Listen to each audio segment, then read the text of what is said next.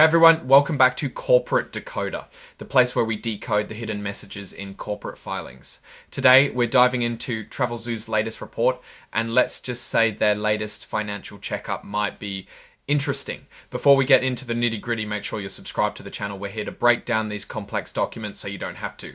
Also, we've got a fantastic community growing on Discord where we discuss these filings in real time.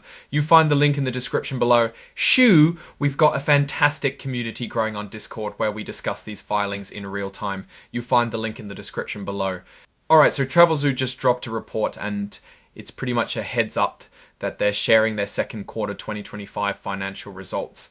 Think of an 8K filing like an urgent bulletin from a company. It's used for big news that the public needs to know right away, and in this case, the main event is their latest financial performance. The date here, July 23, 2025, tells us when this information is officially being presented to the world. This is the day they're telling everyone how they did in the second quarter of 2025. This part simply tells us who they're reporting to the US Securities and Exchange Commission, or the SEC. They're the official referees of the stock market, making sure companies play fair and tell everyone the truth. Travelzoo stock, which you can buy and sell on the Nasdaq Stock Exchange under the ticker symbol TZO, is what this report is all about. When we talk about their financial results, we're talking about how the company that makes up TEZ is doing. This is where the meat of the report is. They're telling us about how the company performed, its financial health, and what's going on behind the scenes. Okay, so here it is. On July 23, Travelzoo put out their results for the second quarter of 2025. This is a snapshot of how they were doing financially in the 3 months leading up to that date. They aren't just giving us a few sentences, they're attaching the actual press release with all the detailed numbers. Think of it like them saying, here's the full story, we're just giving you the headline here. This press release labeled Exhibit 99.1 has all the juicy financial details. This section is about something called Regulation FD, or Fair Disclosure. Basically, it ensures that when a company shares important information, they share it with everyone at the same time. They can't just tell their favorite investors and leave everyone else in the dark. So by filing this, they're making sure that what they're saying is public knowledge for all investors. Not only do they have the press release, but they also held an earnings call where they probably talked through the numbers and provided slides like a presentation. That whole presentation is also included as Exhibit 99.2. This gives us even more insight into how they're explaining their performance to investors and analysts. This is essentially the table of contents for the attachments. It confirms that the exhibits, which are the press release and the earnings presentation, are part of this official filing. This is the company we're talking about, Travelzoo. And here we have the signature.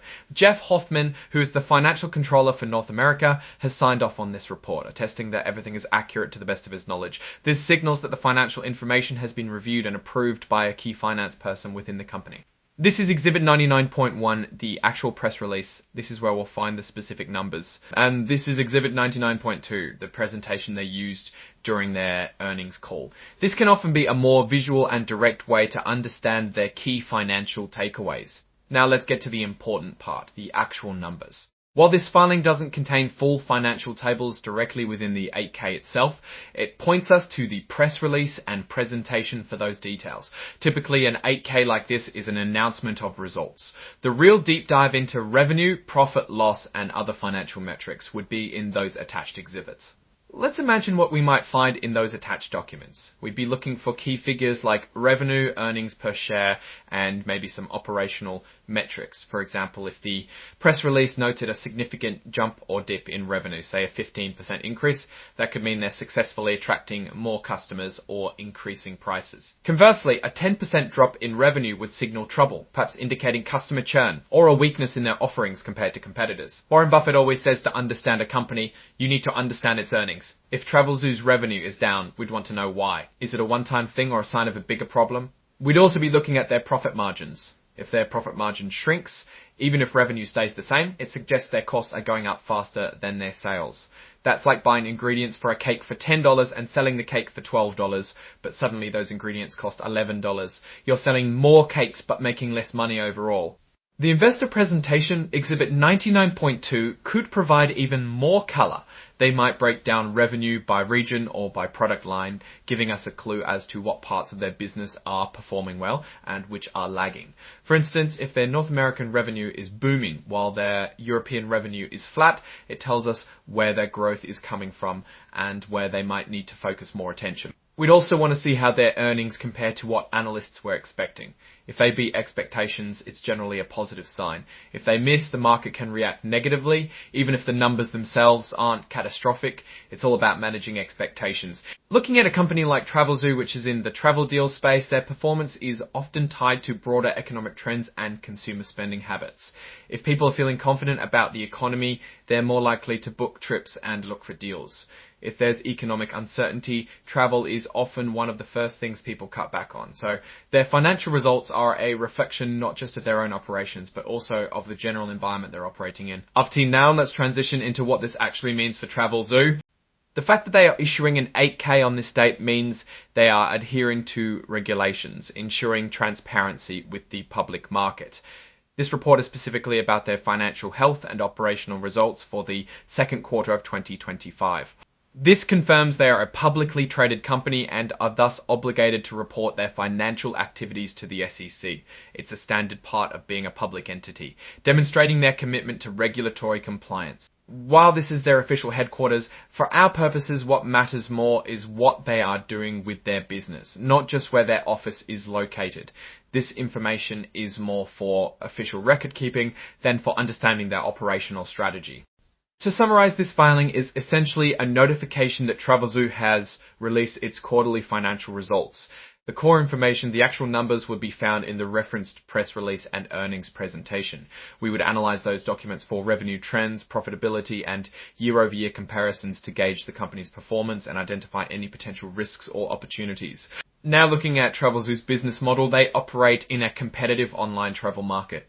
Their success hinges on attracting users to their platform to find travel deals and, in turn, working with hotels and tour operators to promote their offers. Strong financial results would indicate they are effectively connecting these two sides of their marketplace.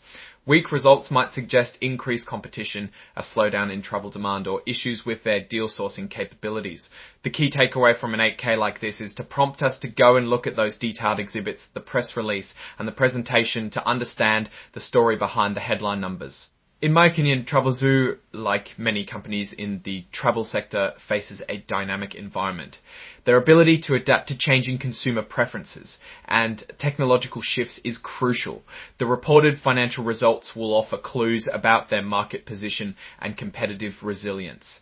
If their revenue is climbing steadily and their profits are healthy, it suggests they're navigating these challenges well. However, if they're showing signs of stagnation or decline, it could point to underlying vulnerabilities or missed opportunities.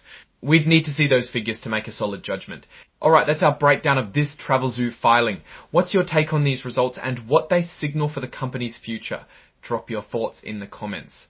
If this analysis was valuable, hitting that like button really helps, and subscribe for more deep dives into corporate filings. Don't forget to check out the Discord in the description. Thanks for watching. See you next time.